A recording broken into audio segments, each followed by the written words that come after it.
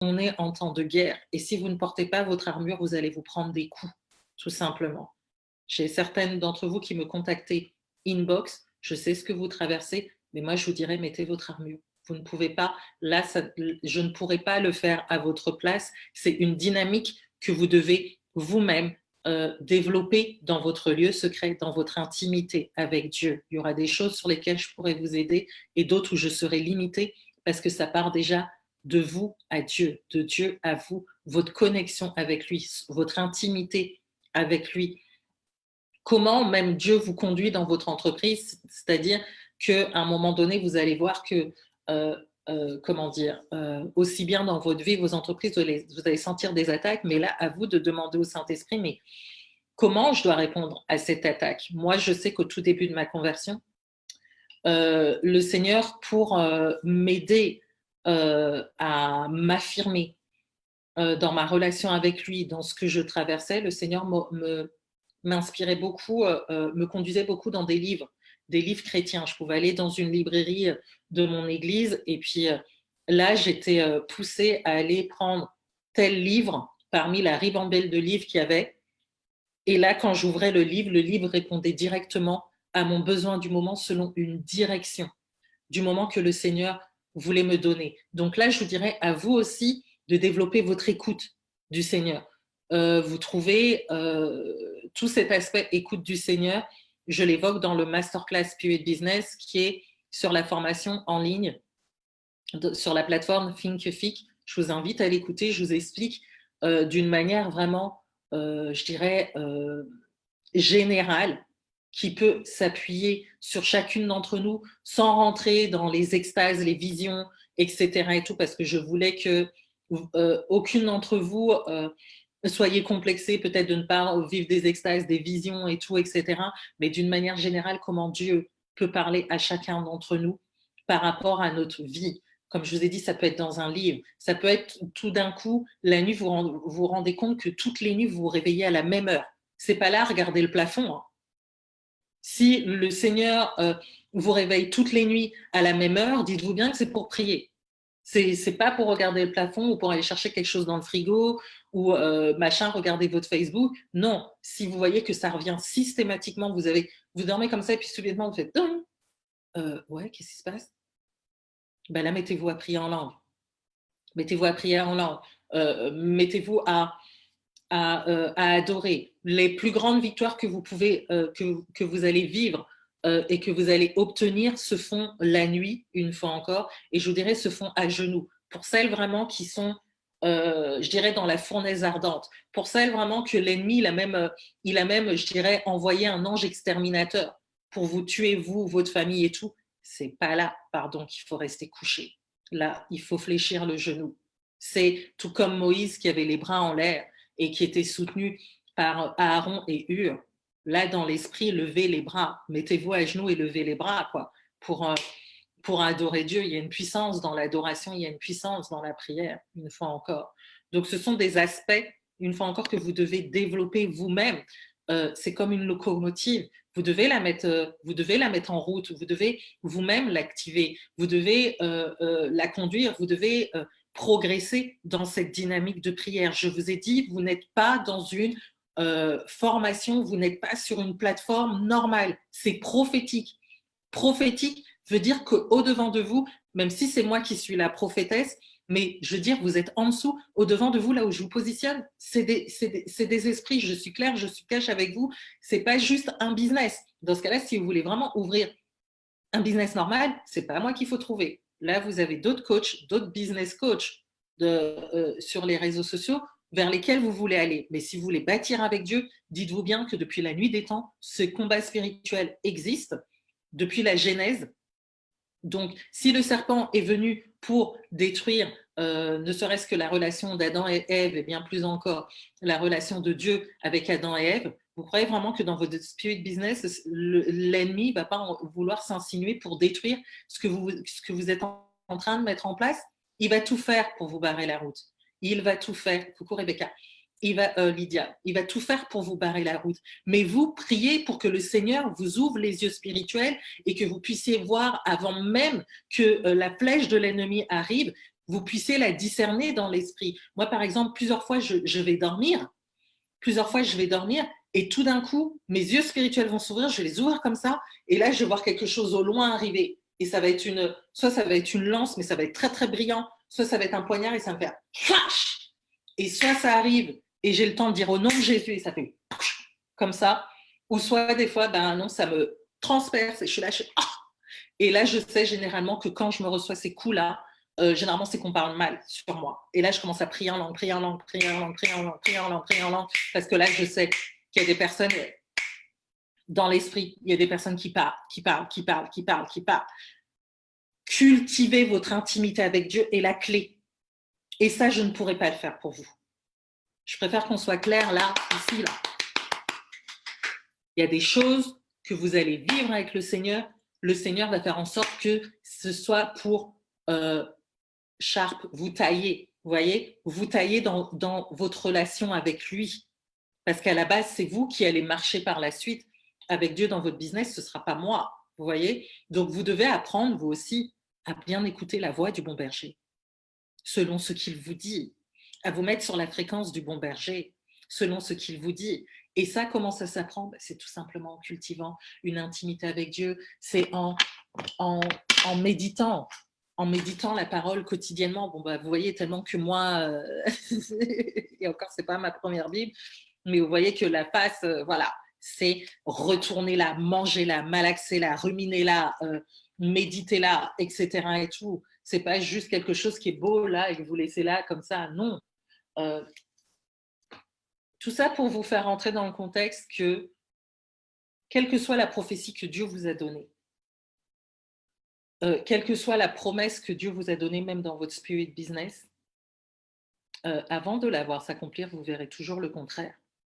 Et le contraire, ça ne veut pas dire que c'est l'ennemi qui, comment dire, fait en sorte qu'il vous envoie le contraire. Des fois, oui, mais on va dire que Dieu tolère, tout comme Job, que l'ennemi vienne vous éprouver pour voir les dispositions de votre cœur. Donc, le sujet de mon live, le contraire de la prophétie dans notre vie, est un test venant de la part de Dieu. Ce matin, j'écoutais justement un live d'un prophète et il a dit ça. Et tout de suite, ça a tissé dans ma tête et je me suis dit, oui, je vais vous en parler. En exemple, vous voyez bien l'histoire de Joseph. À partir du moment où Joseph a parlé de son rêve, il a vécu tout le contraire. À partir du moment où David a été oint pour roi, il a attendu 17 ans pour devenir roi d'Israël. Il a vécu tout le contraire. Et je dirais, plein d'autres personnages de la Bible ont vécu le contraire de ce qui leur avait été annoncé, de ce qui leur avait été promis. En soi, ce que vous saisissiez ici, c'est que Dieu ne va jamais vous faire rentrer dans vos promesses facilement. C'est trop simple. Est-ce que même, je dirais, est-ce qu'on va donner quelque chose, un couteau par exemple à un bébé? Par exemple, toi, Lydia, est-ce que tu vas donner un couteau à King David et tu le laisses tout seul dans la maison avec ce couteau-là? Je ne pense pas. Hein. Donc, on ne va pas donner un couteau à un bébé qui n'a aucune idée du danger qu'il représente. Eh ben, je dirais que c'est le même cas ici. Quand Dieu veut vous donner, vous révèle dans l'esprit des promesses, par exemple des prophéties, des visions et tout, etc., il y a un temps pour rentrer dans ces choses-là. Il y a un processus pour entrer dans ces choses-là. Et Dieu va s'assurer d'abord que vous rentriez dans ce processus et que vous le meniez jusqu'au bout pour pouvoir saisir dans vos mains ce qu'il veut vous donner. Si vous avez des mains de bébé, pardon, vous ne pouvez pas porter une promesse qui est faite pour un adulte.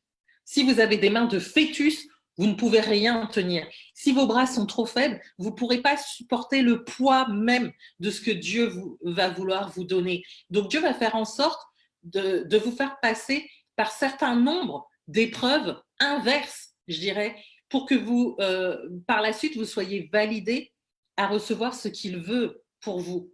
Et je dirais pourquoi? Parce qu'il a besoin de nous émonder, il a besoin de nous tailler, nous façonner au préalable, façonner notre caractère pour qu'on puisse être à même de rentrer dans ses promesses. Rien ne se fait facilement comme ça. Bah, le Seigneur a dit là, tel jour, enfin, le Seigneur m'a dit que je vais devenir ça et du jour au lendemain, le lendemain, vous l'êtes. Non. À partir du moment où coucou Eva, à partir du moment où le Seigneur vous donne une promesse, au moment où le Seigneur vous donne une promesse, dans l'esprit, dans le temps de Dieu, dans le kairos de Dieu, qui est le temps parfait de Dieu, il y a des actions, c'est comme vous voyez l'intérieur d'une horloge, vous avez les trucs là qui tournent, là, machin, bah, il y a un roulement qui commence à se mettre en route pour que vous amenez étape par étape à rentrer dans ces promesses-là. Mais rentrer dans ces promesses-là, ça va être step by step. Ce ne sera pas là, on va vous le mettre comme ça devant le nez. Je dirais que beaucoup d'hommes de Dieu, avant de voir leur ministère de guérison ou de miracle exploser, ils vont par exemple prier pour des malades et le lendemain, ils vont voir ces personnes mourir. Vous voyez, ça, je dirais, c'est par exemple si vous êtes appelé, par exemple, à guérir les malades, vous le savez, on vous l'a dit et tout, etc. Je donne ça par exemple. Et bien, Dieu va faire en sorte de vous faire passer tout simplement par la maladie, une maladie dure, ou limite, vous serez peut-être même aux portes du séjour des morts. Vous allez passer par la vallée de l'ombre de la mort. Vous pourrez peut-être passer par un cancer ou comme moi par une tumeur au cerveau. Certes, elle était bénigne, mais le Seigneur m'a fait, quand je suis passée par cette radiothérapie et que le Seigneur a utilisé pour que derrière je parle à cet imminent médecin et l'amène à Christ, mon pasteur à l'époque m'a dit, Adélaïde, en soi, ce qui s'est passé, c'est que selon Hébreux 11, qui est dit, c'est par la foi que Abraham, voilà, comment dire, Abraham, comment c'est dit attendez, enfin, on cite tous les héros de la foi. Hébreux 11. Or, la foi est une ferme assurance des choses qu'on espère, une démonstration de celles que l'on ne voit pas. Pour l'avoir possédé, les anciens ont obtenu un témoignage favorable. C'est par la foi que nous reconnaissons que l'univers a été formé par la parole de Dieu, en sorte que ce qu'on voit n'a pas été fait de choses visibles. C'est par la foi qu'Abel offrit à Dieu un sacrifice plus excellent que celui de Caïn. C'est par elle qu'il fut déclaré juste, Dieu approuvant ses offrandes, et c'est par elle qu'il parle encore, quoique mort. C'est par la foi qu'Enoch fut enlevé pour qu'il ne voie point la mort, et il ne parut plus parce que Dieu l'avait enlevé, car avant son enlèvement, il avait reçu le témoignage qu'il était agréable à Dieu. Or, sans la foi, il est impossible de lui être agréable, car il faut que celui qui s'approche de Dieu croit que Dieu existe et qu'il est le rémunérateur de ceux qui l'existent. Donc là, après, on cite beaucoup d'héros de la foi, mais comme m'a dit mon pasteur à l'époque, il m'a dit, tout cela, toi, tu l'avais, mais Dieu, dans cette situation, a voulu t'étirer plus loin, selon le conseil de Dieu. Et donc, il m'a dit, tu as fait passer dans la dimension, à partir du verset 35, qui disent, d'autres furent livrés au tourment et n'acceptèrent point la délivrance afin d'obtenir une meilleure résurrection. D'autres subirent les moqueries et les fouets, les chaînes et la prison. Ils furent lapidés, sciés, torturés. Ils moururent tués par l'épée. Ils allèrent çà et là, vêtus de peau de brebis et de peau de chèvre, dénués de tout, persécutés, maltraités. Eux dont le monde n'était pas digne, errant dans les déserts et les montagnes, dans les cavernes et les andes de la terre, tout cela, à la fois desquels il a été rendu témoignage, n'ont pas obtenu ce qui leur était promis. Donc moi, je n'ai pas obtenu cette guérison divine comme je le voulais, Dieu ayant vu quelque chose de meilleur pour nous, pour eux, afin qu'ils ne parviennent pas sans nous à la perfection. Donc, le Seigneur a pris mon épreuve, a volontairement fait en sorte que je passe cette radiothérapie, que je descende dans un degré de souffrance pour que, avec la foi que j'ai et en priant toujours et en honorant Dieu, en parlant de Dieu, j'en arrive à quand je me retourne vers cette femme qui était un imminent médecin, donc une scientifique qui ne croit pas à la foi opposée avec le scientifique, quand moi je lui parle de Yeshua, cette femme-là, quand je lui présente Christ, elle en vient à l'accepter. C'est pour ça que je vous dis, Dieu va faire en sorte de vous faire descendre dans un degré de douleur, mais pourquoi? C'est pas pour vous accabler, c'est pas pour vous accabler, mais c'est tout simplement pour que vous-même vous puissiez comprendre ce par quoi passent les personnes qui sont dans la même situation, pour que vous puissiez éprouver de la compassion pour eux, afin d'être plus aptes dans l'avenir à prier pour ces personnes quand vous allez rentrer dans votre mandat spirituel. Donc, une fois encore, comme je disais, il y a beaucoup d'hommes de Dieu, avant de voir leur ministère de guérison ou de miracle exploser, beaucoup ont prié pour des malades, ont prié pour des résurrections. Et les morts ne se sont pas relevés, ou les malades sont morts même le lendemain. Mais pourquoi? Tout simplement parce que, en soi, leur rôle est tout simplement de prier pour ces personnes uniquement. Mais quand vous avez une personne en face et vous priez, dites-vous bien une chose, c'est que la personne, elle va guérir, non pas forcément parce que vous avez prié pour elle, mais elle va guérir parce qu'elle, il faut qu'elle ait une foi ferme pour recevoir sa guérison. Vous voyez? En soi, ce que je veux dire ici, c'est que ce n'est pas nous qui allons guérir ces personnes, mais c'est Dieu au travers de nous, bien évidemment. Mais une fois encore, il faut que ces personnes qui sont en face de nous aient la foi pour recevoir leur guérison, pour recevoir leur miracle, pour recevoir leur délivrance, pour recevoir leur miracle money, pour recevoir leur maison, etc., pour recevoir leur percée. C'est un devoir en face. La personne qui est dans la situation, si elle n'a pas la foi, c'est pas possible. Quand on regarde dans la parole, à chaque fois, Yeshua, quand il guérissait quelqu'un, il disait ta foi t'a sauvé, ta foi t'a sauvé. La foi sauve, la foi déclenche le miraculeux, la foi déclenche le bras de Dieu. La foi est une monnaie dans le royaume de Dieu. C'est comme l'euro. La foi, quand vous êtes dans cette dynamique de prière, ce qui va activer plus rapidement la réponse que vous voulez à votre prière, c'est la foi. Comment vous portez votre prière à Dieu? Comment vous croyez en Dieu? Dieu dit bien, or sans la foi, il est impossible de lui être agréable, car il faut que celui qui s'approche de Dieu croit que Dieu existe et qu'il est le rémunérateur. Le rémunérateur. Rémunération, on est d'accord. Mais pour une rémunération, il faut un travail derrière. Il faut une action. Et l'action que vous devez donner à Dieu, tout simplement, c'est votre foi. Si votre foi, elle est morte, vous ne verrez pas les choses. Si votre foi, elle est vivante, là, vous verrez les choses. La parole déclare que la foi sans les œuvres est morte.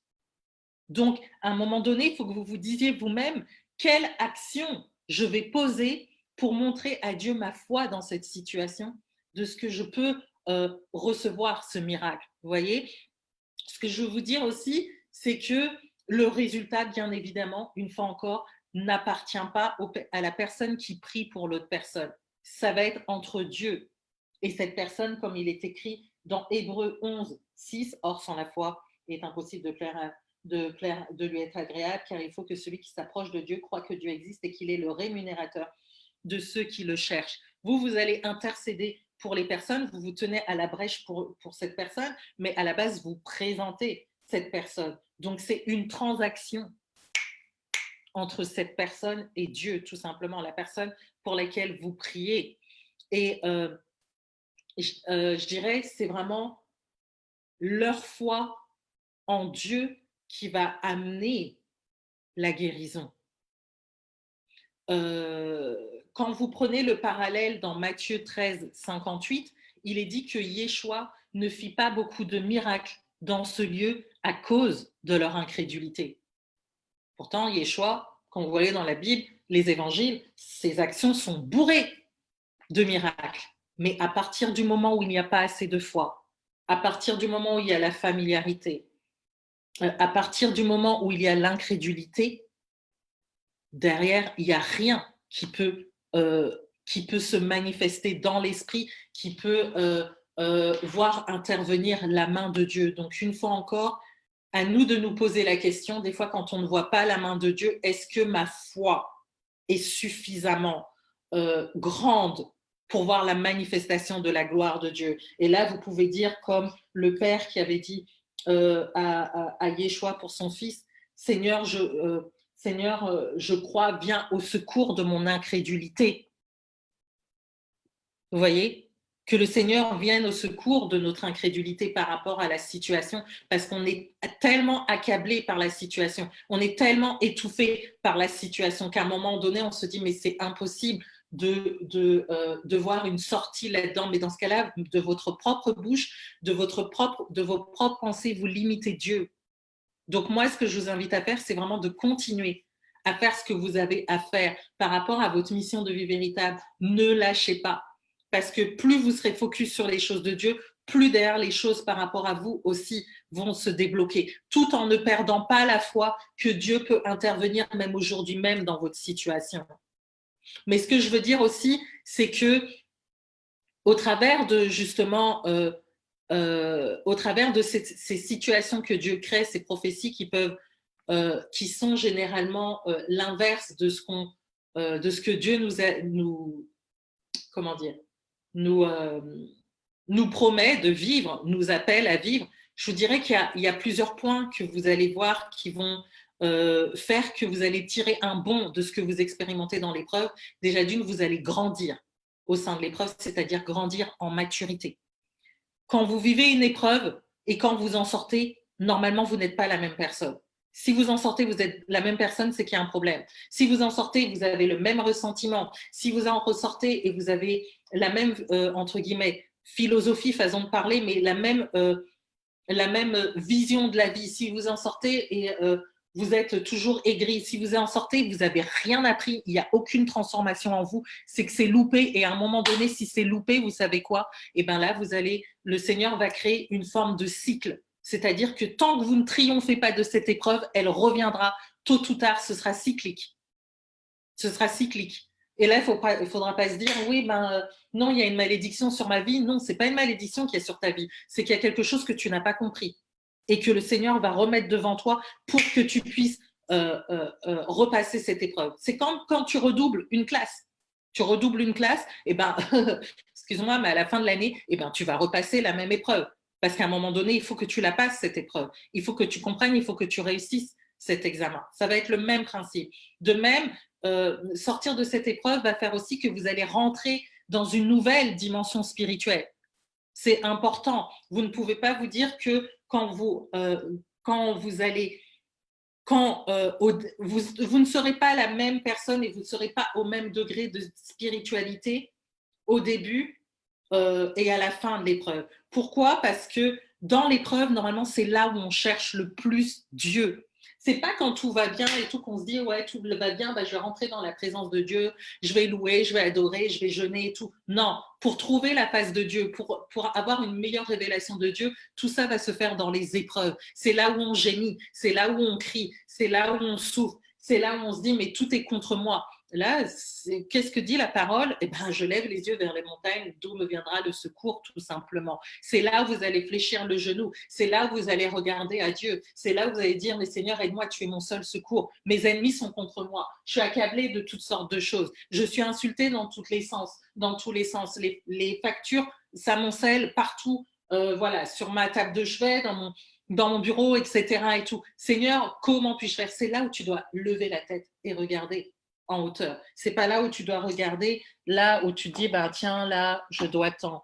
Là, il y a telle personne qui m'insulte. Là, il y a tel truc. Là, il y a tel truc. Non, élève-toi dans la gloire. Élève-toi dans la présence de Dieu. Élève-toi dans une autre dimension pour pouvoir regarder après la situation avec le regard de Dieu. Et je te dirais, la regarder depuis le 3e ciel. Il y a 3 ciels dans lesquels le monde a été créé. En tout cas, comment dire, il y a 3 ciels, 3 atmosphères dans lesquelles on évolue. Il y a le premier ciel qui est ici, le terrestre.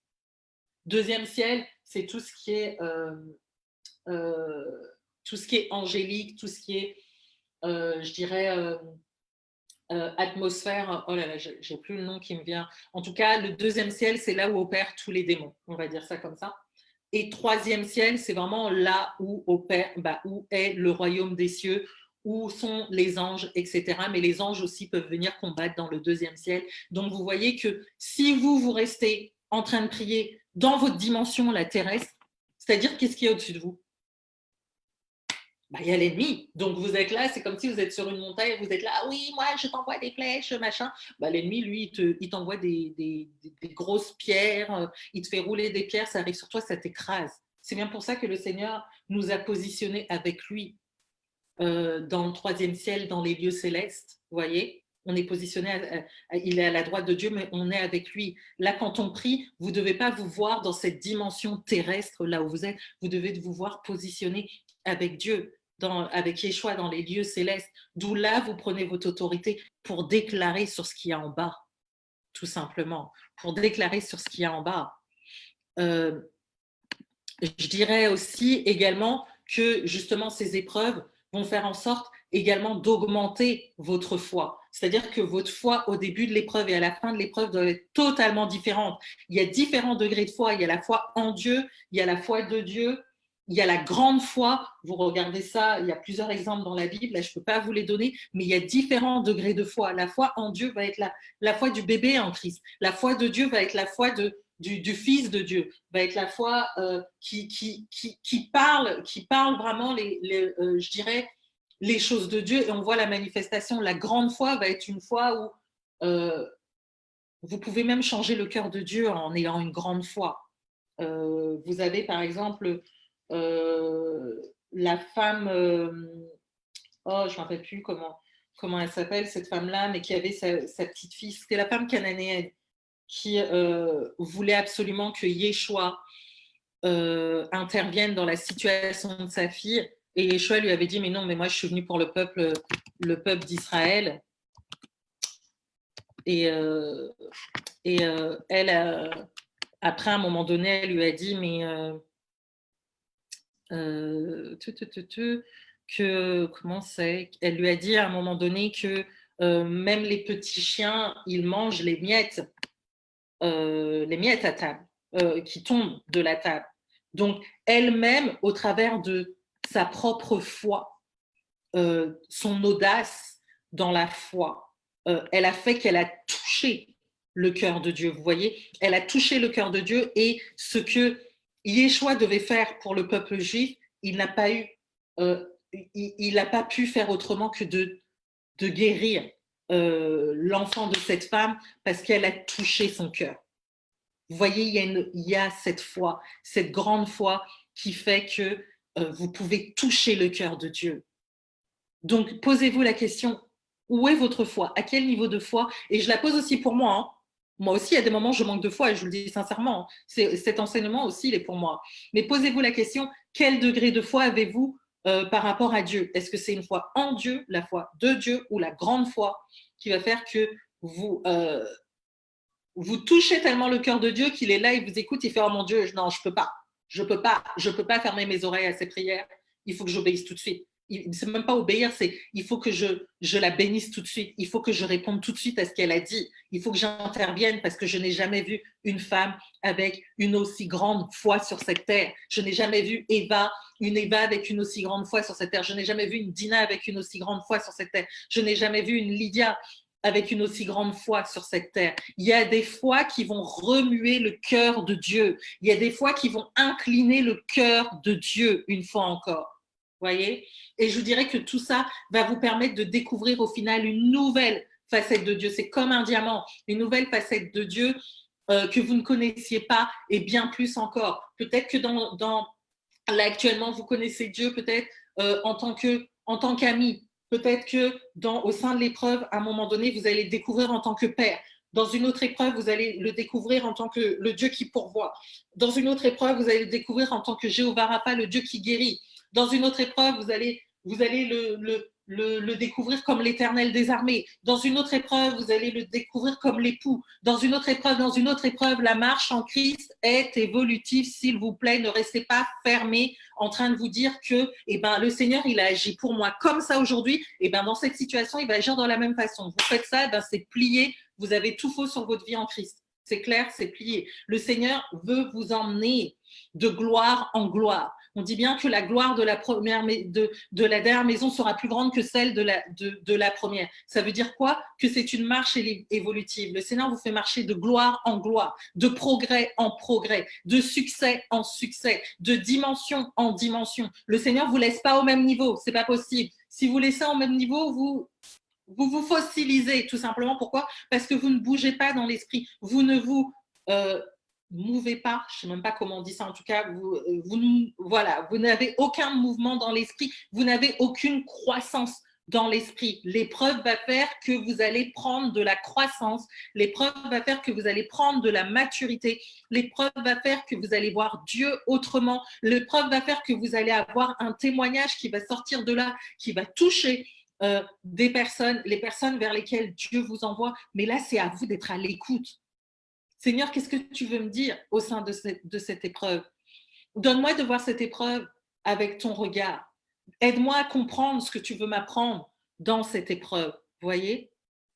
C'est vraiment important. Je dirais que au même titre, Job, il a bien dit, et pourtant Job, il a pris cher par rapport à ce criblage. Mais on voit bien que en Job 42,5, il a dit mon oreille avait entendu parler de toi. C'est-à-dire que c'était une source d'information. On t'a parlé de Dieu, on t'a parlé de comment Dieu agit, mais ça, tu l'as peut-être entendu dans le témoignage des gens. Tu l'as peut-être entendu dans des lives, tu l'as peut-être entendu durant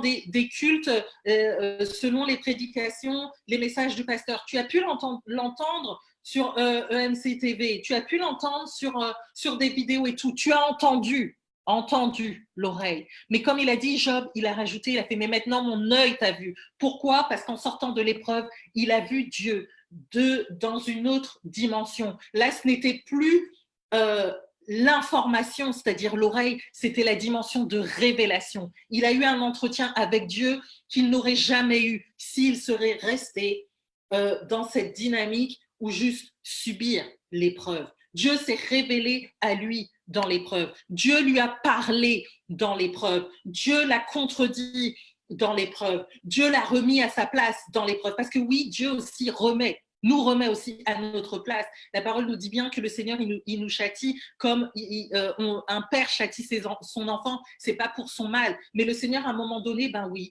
quand vous êtes dans l'épreuve, et peut-être, je parle aussi pour moi, on murmure, on en a marre, on est agacé. Seigneur, pourquoi pas, pourquoi moi, pourquoi si, pourquoi ça, et machin, je souffre et tout. Ben, le Seigneur, vous aimez entendre vos enfants se plaindre systématiquement, vous les mamans. Je pense pas, à un moment donné, vous allez, entre guillemets, les recadrer. Vous allez dire, bon, ben, maintenant, ça suffit.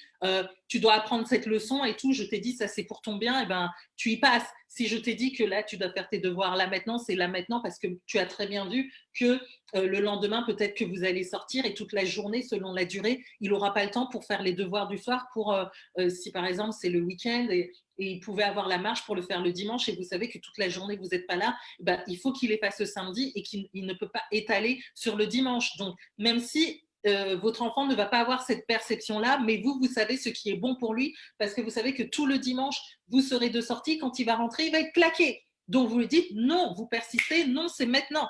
C'est le même principe avec Dieu. Il nous considère comme ses enfants. Il y a des choses par lesquelles il va nous faire passer qu'on ne comprendra pas sur l'instant, qu'on ne comprendra pas dans notre marche. Mais le Seigneur, une fois encore, nous, on voit qu'une pièce du puzzle. Le Seigneur voit, lui, l'intégralité du puzzle. Donc, il sait que quand il te dit fais ça, comme je disais tout à l'heure, si dans la nuit, tout d'un coup, subitement, plusieurs fois de nuit, vous vous réveillez dans la nuit, les yeux qui souffrent comme ça et tout, c'est pas comme si vous sortez d'un sommeil difficile, vous êtes là, oh machin, non, c'est subitement vous dormez et puis bam, comme ça. Le Seigneur fait pas de hasard. S'il fait ça et ça se reproduit, c'est parce qu'il veut vous apprendre à vous lever et prier.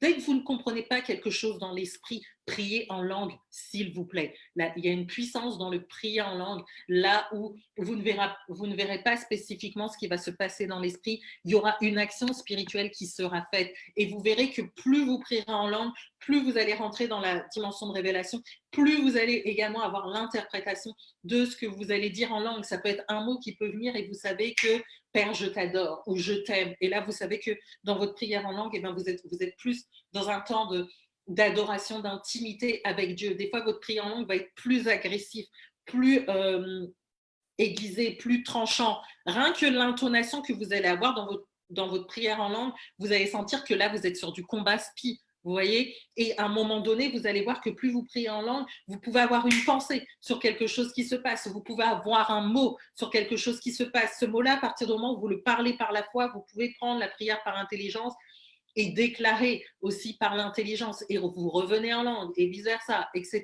et tout.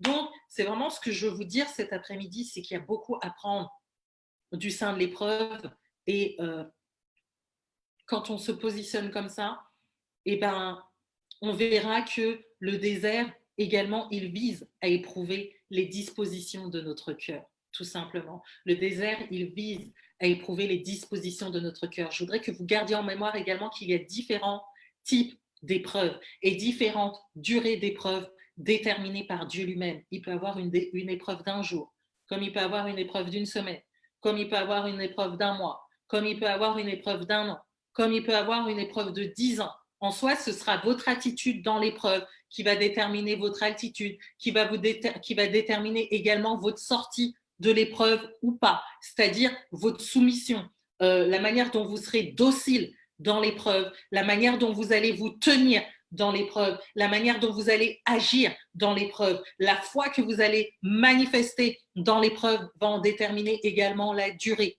Elle peut en déterminer la durée, la raccourcir ou pas. Là, je prends l'exemple du peuple d'Israël qui devait, à la sortie de la maison de servitude, devait rentrer en Canaan, je crois que c'était en 6 jours. C'était en moins d'une semaine, en tout cas. À mon souvenir, après, je ne sais plus exactement le nombre de jours. Ben, vous voyez que tout simplement parce que ce peuple a eu le cou raide. Et qui veut dire le cou raide, c'est-à-dire qu'on n'est pas docile entre les mains de Dieu. On a un caractère qui n'est pas façonnable.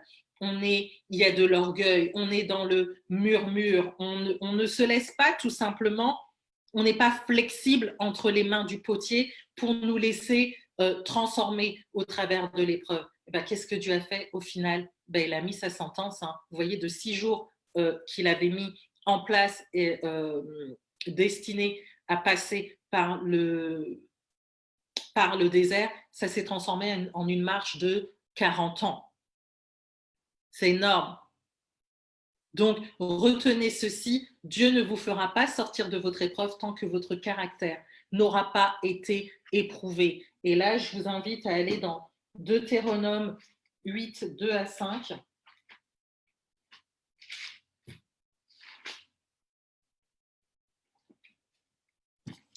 Qui nous dit « Souviens-toi de ton chemin, de tout le chemin que l'Éternel, ton Dieu, t'a fait faire pendant ces 40 années dans le désert, afin de t'humilier et de t'éprouver, afin de t'humilier et de t'éprouver. » C'est Dieu qui a fait faire cette marche de 40 ans dans le désert, vous voyez?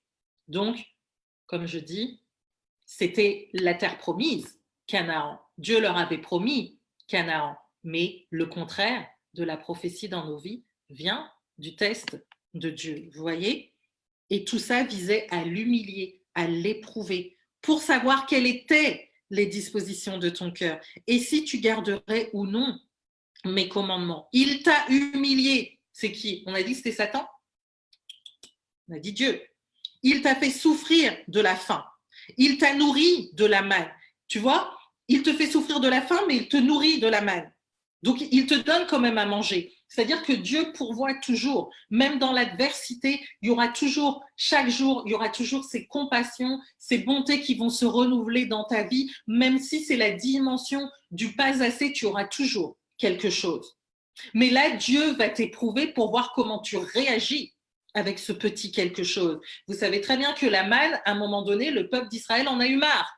Ils en ont eu marre de manger de la manne et ils ont dit non mais attends, mais nous on voudrait bien la viande. Qu'est-ce qu'il a dit? Dieu, ok, je vous envoie de la caille à en finir et vous allez même la vomir, je ne sais plus comment il a dit ça, par vos yeux ou je ne sais quoi, tellement que Dieu était agacé par leur murmure. Comment on réagit dans l'épreuve avec le peu que Dieu nous donne, le peu que Dieu nous envoie? Est-ce on lui rend grâce ou est-ce qu'on murmure? Parce que tout ça, Dieu regarde. Et tout ça sont des facteurs pour savoir si si on rentre dans ce degré de maturité, si notre caractère se transforme. Vous voyez? Donc, il t'a nourri de la manne que tu ne connaissais pas et n'avaient pas connu tes pères, afin de t'apprendre que l'homme ne vit pas de pain seulement, mais que l'homme vit de tout ce qui sort de la bouche de l'Éternel. Une fois encore, vous voyez que le Seigneur a nourri, hein, mais c'est quoi le but? Afin de t'apprendre. Est-ce que vous saisissez ce que je veux dire? C'est-à-dire que dans l'épreuve que chacun de nous vivons, il y a quelque chose que Dieu fait afin de nous apprendre quelque chose. Vous saisissez? Afin de nous apprendre quelque chose. On passe par des épreuves pour que Dieu nous apprenne quelque chose, que l'homme ne vit pas de pain seulement, mais de tout ce qui sort de la bouche de l'Éternel. Dans l'épreuve, le Seigneur veut nous apprendre une nouvelle facette de sa personnalité. Dans l'épreuve, le Seigneur veut nous faire grandir dans notre foi.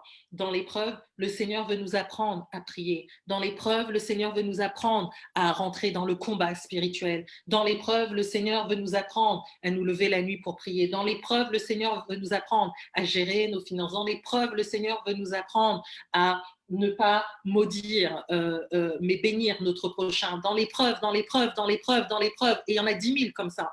Vous voyez, il y a toujours un but à l'épreuve. Il y a toujours un but à l'épreuve. Donc, là, je vous donne une clé que moi, je mets en pratique depuis des années. Je sais que j'avais une sœur en Christ aussi qui me disait ça par rapport à elle, notamment les finances. Que, en soi, quel que soit le type d'épreuve que tu vis, je te dirais, prie pour les personnes qui ont le même problème. Par exemple, c'est le célibat, et ben prie pour les célibataires, prie pour les mariés. Les finances, comme me disait cette sœur d'ICC, elle me disait souvent, écoute, c'est vrai qu'il y a des moments, tu as des problèmes financiers et tu te rends compte que la somme que tu as n'est pas assez pour régler ton problème. Quelque chose, voilà. Donc déjà d'une, voilà, Dieu vous fait des promesses financières, mais il va aussi d'abord tester votre cœur à recevoir. Parce qu'une fois encore, si vous promet des millions, il va déjà vous faire expérimenter le pas assez, monter graduellement, pour que quand vous ayez ce million, vous soyez à même de le gérer. Donc, il va vous préparer à être modelé, taillé par rapport à ça, par rapport à cette gestion des finances. Moi, je sais qu'au tout début de ma vie en Christ, j'étais ultra dépensière compulsive. Mon premier appartement, j'ai tout acheté à crédit dedans, crédit de 8 000 €, même les rideaux, j'avais pris des rideaux franchement, les rideaux, ils étaient 200 € le rideau. J'avais tout acheté, comme je vous avais dit, j'avais tout acheté à crédit. Et le Seigneur a fait au tout début de ma conversion. J'ai dû retourner chez ma mère parce que je me retrouvais à découvert de mon salaire. J'avais un rapport avec les chéquiers.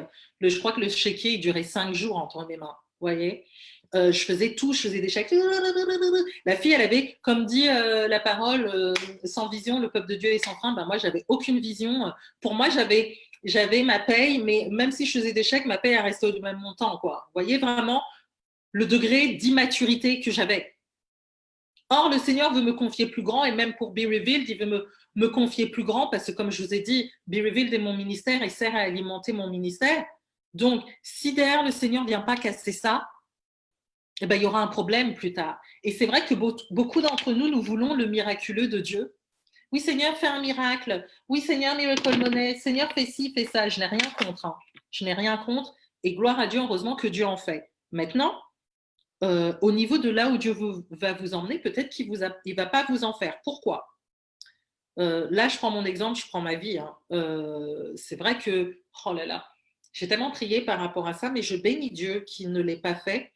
Parce que au lieu de lui demander, quand je lui ai demandé plusieurs fois, Seigneur, fais des miracles financiers dans ma vie, qu'est-ce que le Seigneur m'a appris? Non, il m'a appris à pêcher le poisson. C'est-à-dire à me créer de la richesse. C'est-à-dire, avant même de me créer de la richesse, c'est déjà d'une à régler ce qu'il y a ici, mon rapport avec l'argent, voyez, mon rapport avec comment je dépense.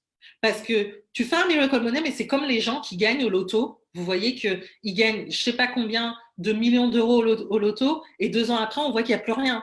Pourquoi? Parce qu'ils n'ont pas eu cette sagesse avec l'argent, et ils se retrouvent à agir avec cette même mentalité qu'ils avaient avec 10 €, ils ont la même mentalité avec 1 million d'euros. Au final, il n'y a plus rien. Il n'y a aucun investissement. L'argent, pour eux, c'est de la dépense, etc. Et c'est le même principe. Donc, au sein de l'épreuve, le Seigneur ne va pas forcément vous envoyer un miracle financier, mais il va vous apprendre à gérer votre argent. Il va vous créer des circonstances pour que vous puissiez révolutionner votre intérieur, je dirais. pour que votre mentalité par rapport à l'argent soit transformée. Surtout pour ceux qui sont appelés après à brasser beaucoup d'argent, le Seigneur ne va pas faire ça comme ça. Le Seigneur également va faire en sorte de vous donner la sagesse. Peut-être, comme je vous ai dit, moi, je n'ai pas honte de le dire, si j'ai été à ce point endettée, c'est parce que j'ai fait des erreurs. Des fois, il faut tout simplement aussi revenir devant le trône de Dieu et dire, Seigneur, je reconnais que cette situation, je la paye parce que j'ai fait des erreurs. Et je te demande pardon par rapport à ça. Maintenant, explique-moi, donne-moi la sagesse pour sortir de cette situation.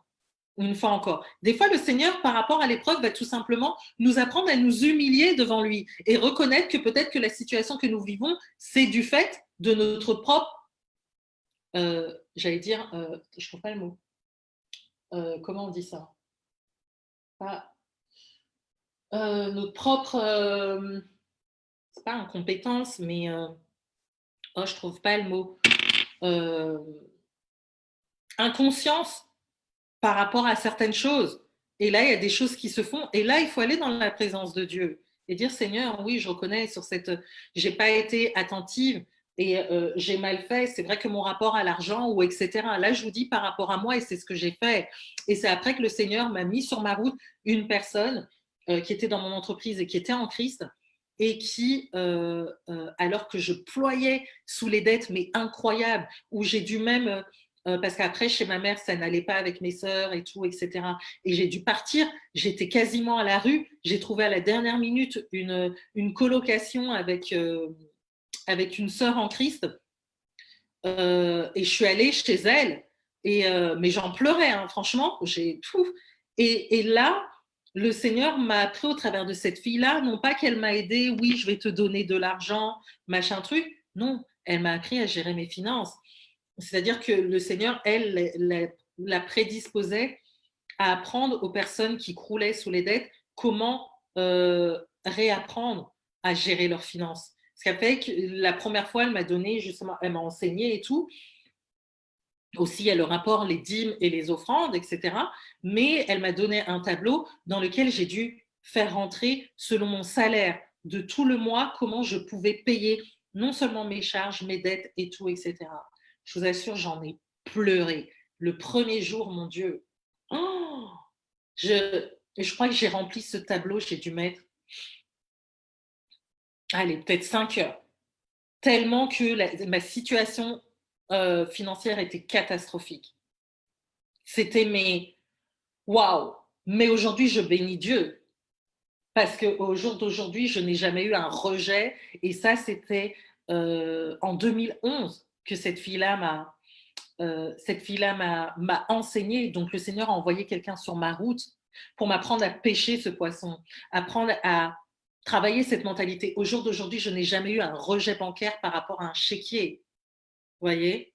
La seule fois où j'ai eu un incident bancaire, ça date de 2016 et là, c'était pas de mon fait, c'est parce que j'étais partie justement sur l'île de Patmos et il y a eu une grève sur cette île-là et ce qui fait que c'était en Grèce, donc forcément c'était les temps de grève et ce qui fait que sur le retour, on ne pouvait pas prendre le ferry parce qu'il y avait grève de ferry, donc on ne pouvait pas prendre le ferry pour aller tout de suite en Grèce. On devait prendre un catamaran pour aller sur l'île de Kos, depuis Kos, passer une nuit à l'hôtel et après une nuit à l'hôtel, prendre l'avion depuis Kos pour aller en Grèce pour retrouver notre avion Air France pour aller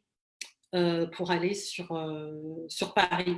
Ce qui fait que tout ce détour, moi, ça me faisait sortir de mon budget. Or, mon budget était fait pour les vacances. Et là, du coup, à un moment donné, ben, ma carte, j'ai été au-delà de mon seuil. Et là, j'ai eu un incident. Mais là, une fois encore, ce n'était pas quelque chose que moi-même, j'avais prévu. Donc, vous voyez, une fois encore, comment Dieu peut vous travailler au sein de l'épreuve. Et moi, je trouve ça vraiment extra. Donc, je voudrais vous encourager, vous toutes, à, quand on quittera ce live, à rentrer dans la présence de Dieu, prendre un cahier de notes avec vous, exposer tout ce qu'il y a dans vos vies par rapport à vos épreuves. Et là, déjà d'une, dans un premier temps, c'est OK, Seigneur, j'ai ça.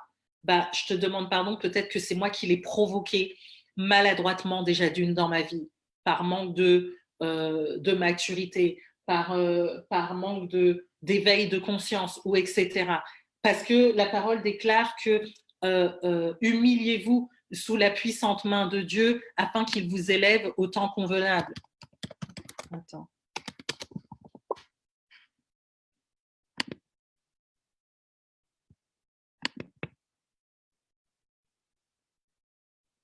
Voilà. Déjà, Jacques 4, verset 10, « Humiliez-vous devant le Seigneur et il vous élèvera. » Dans l'épreuve, dites-vous bien qu'il faut que vous baissiez, vous courbiez dans l'épreuve. Parce que tant que vous avez ce coup, la raide là, vous n'aurez rien. Vous aurez rien, pardon, vous aurez rien. Et là, je ne vous dis pas que c'est parce que vous allez le faire que du jour au lendemain, vous allez vous sortir de cette situation. Ça, c'est au gré de Dieu. S'il le fait, c'est génial. Mais s'il ne le fait pas, s'il vous plaît, gardez votre cœur. Gardez votre cœur, c'est pas mettre une muraille autour, c'est garder votre cœur, travailler cette paix. Ne soyez pas dans le murmure parce que plus vous murmurez, ben vous mettez des murs, vous mettez des murs dans votre vie, ce qui fait que même l'action du Saint-Esprit, si là il doit avoir un miracle, si là il doit avoir une percée, etc., ben avant que vous receviez une percée, elle doit dégommer tous les murs, tous les Jérichos que vous êtes vous-même érigés par votre propre bouche, par votre propre action. Vous comprenez?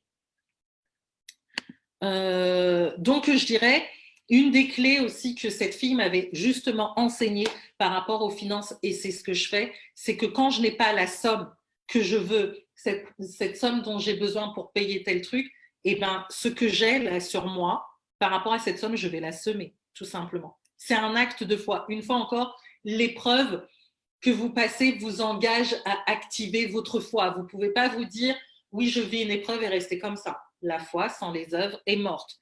Tant que vous n'avez pas d'œuvre, pardon, vous ne verrez pas la manifestation de ce que vous voulez par rapport au Seigneur. Donc, utilisez la loi de la semence et la moisson. Hier, j'ai eu un appel avec 2 personnes d'entre vous. Ce que j'ai fait quand j'ai coupé, j'ai fait, Seigneur, je ne reste pas là comme ça, je sème. Direct. Je suis allée semer auprès d'un prophète que je connais, j'ai semé. Vous voyez, vous devez activer ça, la loi de la semence et la moisson. Vous pouvez, mais je vous dirais semer également dans la bonne terre, parce que plus vous allez faire ça et plus les portes de bénédiction s'ouvriront pour tout. Pour vous, soit c'est maintenant, soit c'est plus tard, mais Dieu, il tient un livre de compte pour les actions qu'on mène toutes. Moi, il y a des offrandes que j'ai fait il y a X temps, je ne vois pas forcément l'impact dans l'instant, mais vous pouvez les voir, je ne sais pas, soit dans l'instant ou quelques années plus tard, c'est pas grave, mais c'est comptabilisé au même titre que le jeûne également comptabilise dans l'esprit, dans la banque céleste, il y a des comptes qui sont faits selon le temps que vous avez jeûné, selon le temps que vous avez, comment dire, vous avez prié, toutes les actions que vous mettez en marche dans l'esprit, je dirais, sont comptabilisées en haut.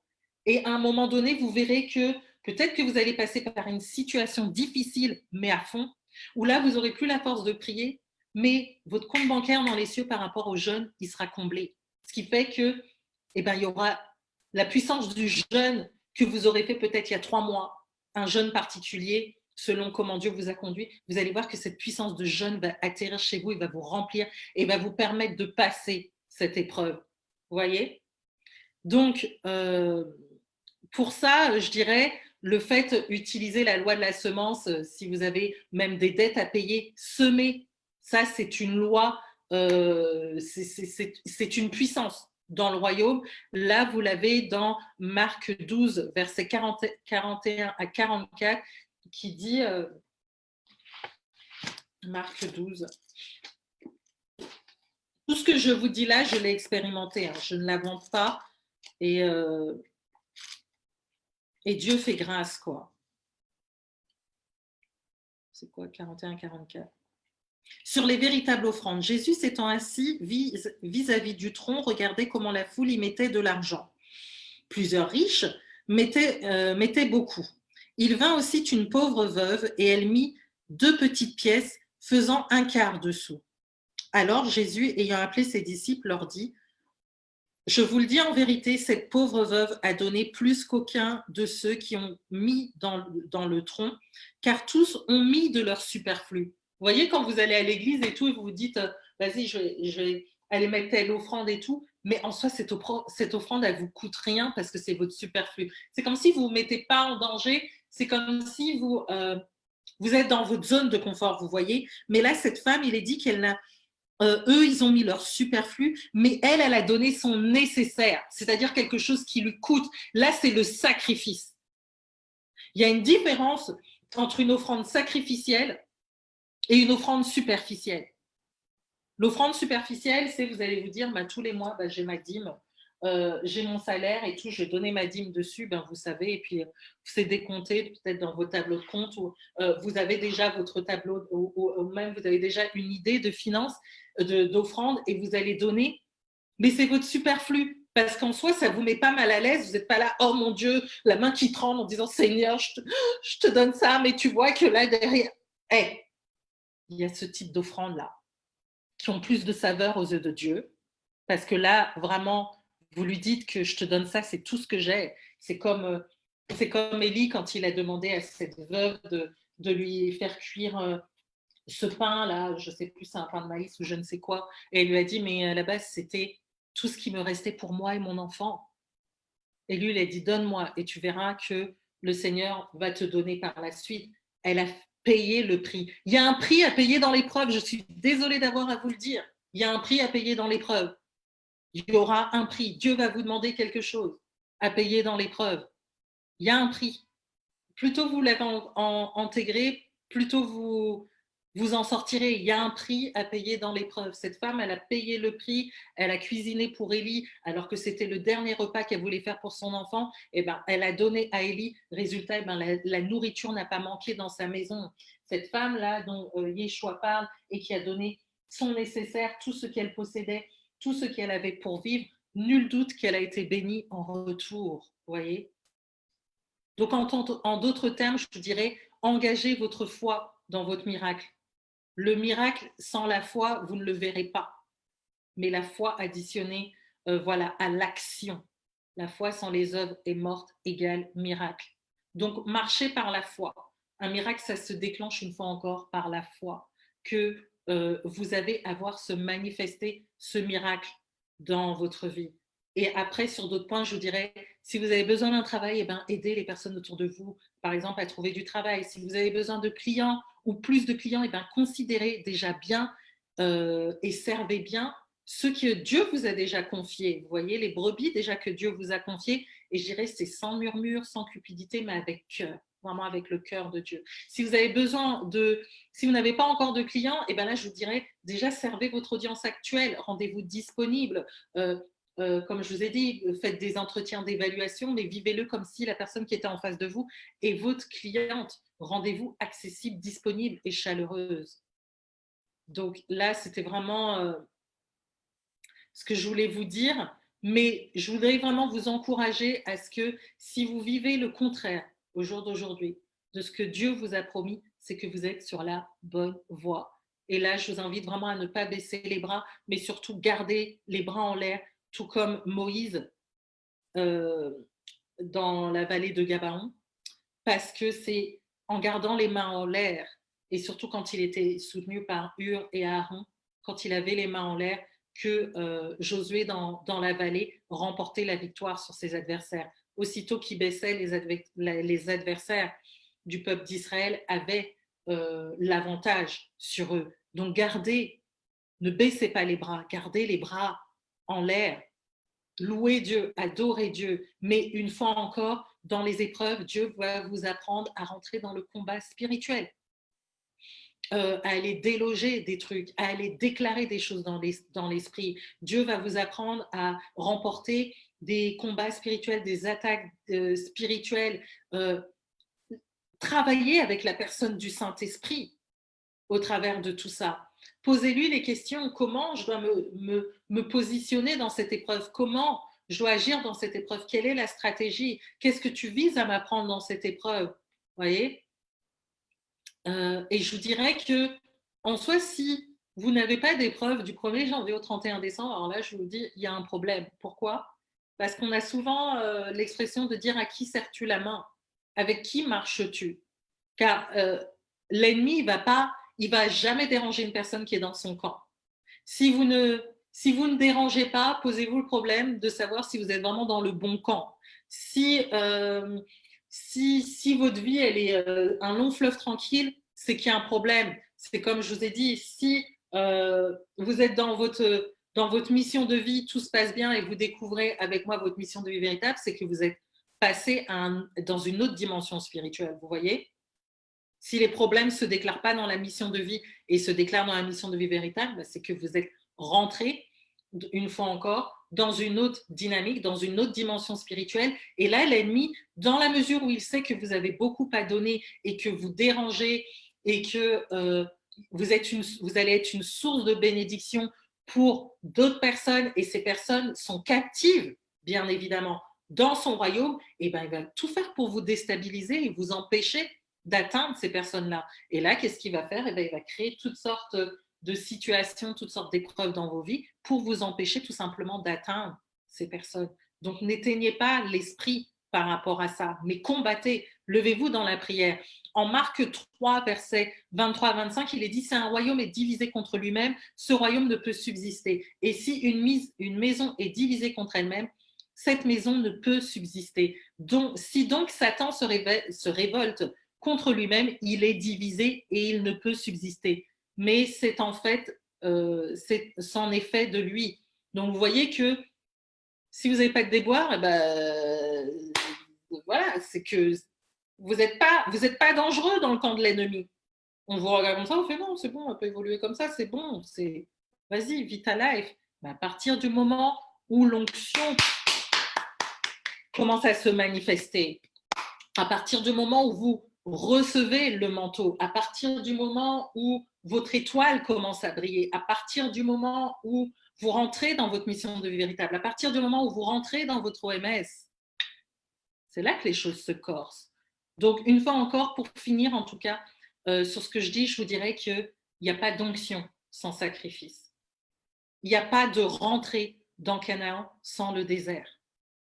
Il n'y a pas d'accomplissement de promesses sans épreuve. Il n'y a pas les promesses, voilà, elles vont pas être accomplies sans passer par la croix, sans passer par le brisement, sans passer par le désert. Et il y a différents types de désert. Et pour finir, je dirais qu'il n'y a pas de gloire sans passer par la mort et la résurrection. Donc, c'est vraiment là où je voudrais vous encourager vraiment à demeurer dans cette fameuse présence de Dieu et tenir ferme, parce que tout ce que vous traversez là, Dieu, il est avec vous. Il est avec vous, même si c'est dur. Mais vous voyez que dans la Bible, il y en a qui sont passés par le désert. Il y en a qui sont passés par la fournaise ardente. Il y en a qui sont passés par la fosse au lion. Il y en a qui ont été sciés. Il y en a qui sont passés par la croix. Il y a différents degrés.